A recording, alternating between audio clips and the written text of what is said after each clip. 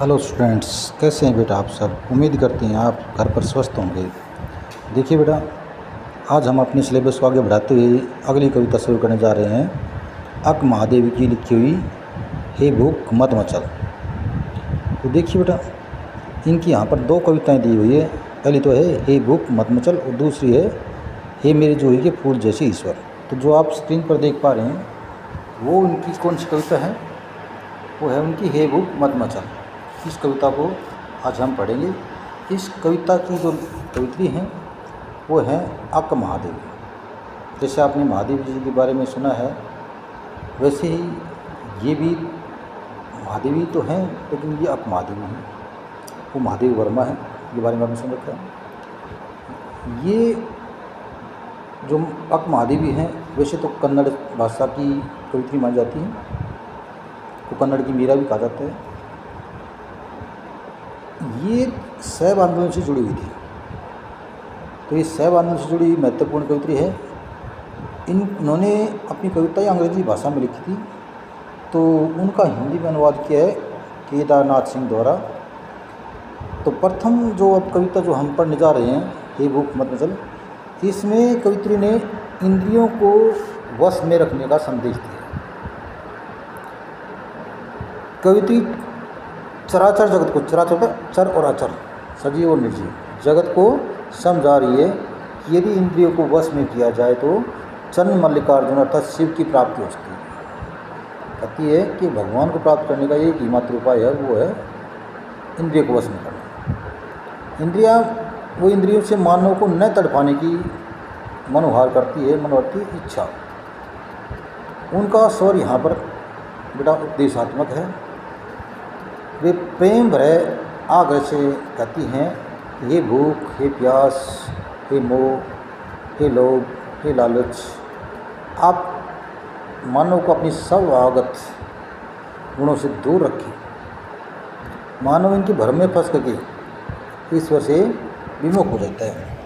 तो इससे कहिए इस कविता में या कहिए इन पंक्तियों में कवि ने यही संदेश दिया है, उपदेश दिया है। उन्होंने जो हमारी इंद्रियां हैं, काम क्रोध लोभ मोह, इनको वश में रखने का आग्रह किया है कि ये अगर हम वश में रहेंगे तो हम भगवान शिव को प्राप्त कर सकते हैं। तो देखिए कवित्री क्या इच्छा करती हैं, कविता की ओर देखिए। हे भूख मत मचल। कवित्री जो हमने आपको अपनी इंद्रिय के बारे में बताया, काम क्रोध लोभ मोह, सबसे पहले भूख से आग्रह करती है, हे भूख मत मचल। हे भूख मत मचलना होता है कि भूख के कारण ही हम खाने के लिए लालायित होते हैं। तो ये करिए कि हे भूख मनुष्य को लालायित मत कर। हे प्यास मत तड़प। प्यास से आग्रह करती है, हे प्यास तू मनुष्य को मत तड़पा।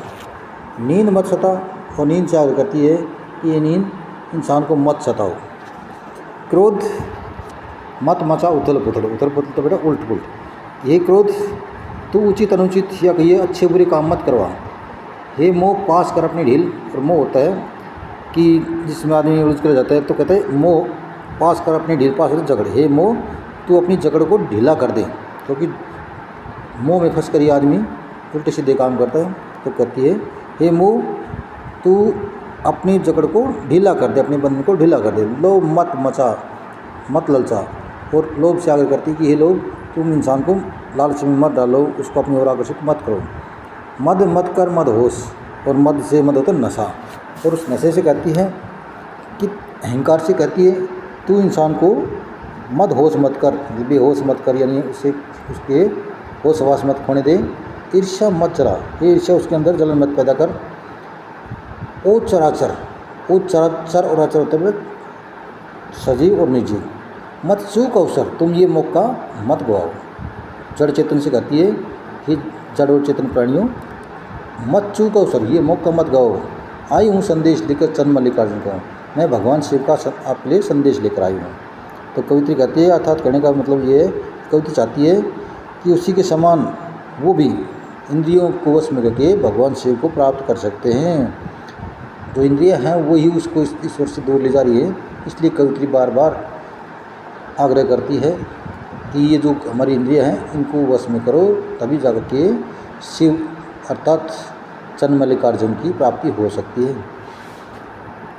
अपने दूसरे पहरे में उन्होंने क्या बताया, तो वो उनकी कविता है दूसरी, हे मेरे रूह के फूल जैसे ईश्वर। तो उसको हम कल देखेंगे। आज तो उसकी एक कविता यही है, कौन सी है, हे भूख मत मचल, इसको देख रहे हैं हम। तो इसी पे हम आज एक बार फिर से सारांश में देखेंगे।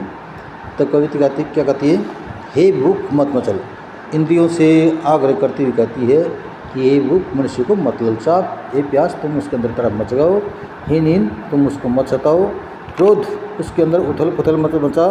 अर्थात क्रोध में कोई आदमी उल्टे सीधे काम करता है तो कहती है हे क्रोध उससे उल्टे सीधे काम मत करो। हे मोह तो अपने पास को ढीला कर दे, अर्थात अपनी जकड़ को कमज़ोर कर दे, उससे अपनी जकड़ से बाहर कर दे। हे लोग तो उसके अंदर लालच पैदा कर। हे मद होश, हे मद होता है अहंकार, नशा, घमंड। हे घमंड मत कर मदहोश, उसको बेहोश मत कर, उसका होश मत खत्म कर। ईर्ष्या मत जला, हे ईर्ष्या उसके अंदर जलन मत पैदा कर। ओ चराचर, और अंत में कवि कहते हे जड़ चेतन मत चूक अवसर, तुम ये मौका मत गवाओ। मैं आई हूँ संदेश लेकर चंद्र मल्लिकार्जुन को, मैं भगवान शिव शंकर का आपके लिए संदेश लेकर आई हूँ। अर्थात कि आप भी भगवान शिव की भक्ति में लीन हो जाइए। तो बेटा ये आज की कविता हमने पूरी कर ली है। अगर आपको फिर भी कहीं कोई संशय हो तो आप फ़ोन करके भी पूछ सकते हो, कमेंट्स करके पूछ सकते हो। उम्मीद करते हैं कि आपको अच्छी प्रकार से आगे होगी। कल हम इनकी दूसरी कविता हे मेरे जो ये फूल जैसे ईश्वर कराएंगे और उसके बाद इसके प्रश्नों का PDF आप तक भेज दिया जाएगा। Thanks, have a nice day.